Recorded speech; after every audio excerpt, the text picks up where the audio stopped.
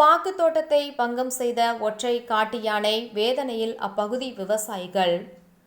கோவை மேற்கு தொடர்ச்சி சிறுவாணி மலை அடிவாரத்தில் உள்ள சாடிவயல் அருகே மரக்காடு பகுதியில் உள்ள சாமிநாதன் என்பவர் தோட்டத்தில் நேற்று இரவு புகுந்த ஒற்றை காட்டு யானை அங்கிருந்த சுமார் 4 லட்சம் மதிப்புள்ள பாக்கு மற்றும் தென்னை மரங்களை சேதப்படுத்தி சென்றுள்ளது.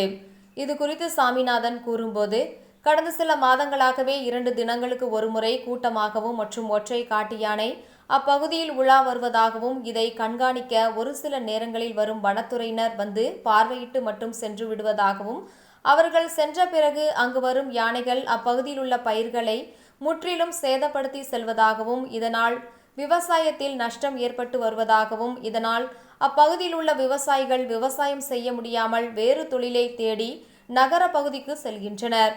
இதே நிலை நீடித்தால் வரும் காலத்தில் முற்றிலுமாக இப்பகுதி விவசாயம் அழிந்து போய்விடும் என வேதனையுடன் தெரிவித்தார்.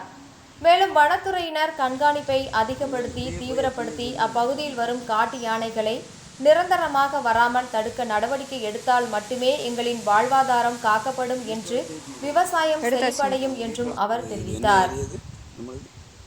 இது மரக்காடுங்க.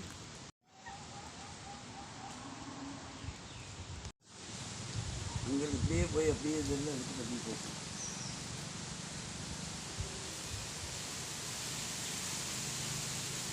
வீட்டோட எடுத்தாச்சுங்க. அந்த வீட்டோட இது என்ன ஏரியா? இது நம்மளுக்கு இது மரக்காடுங்க.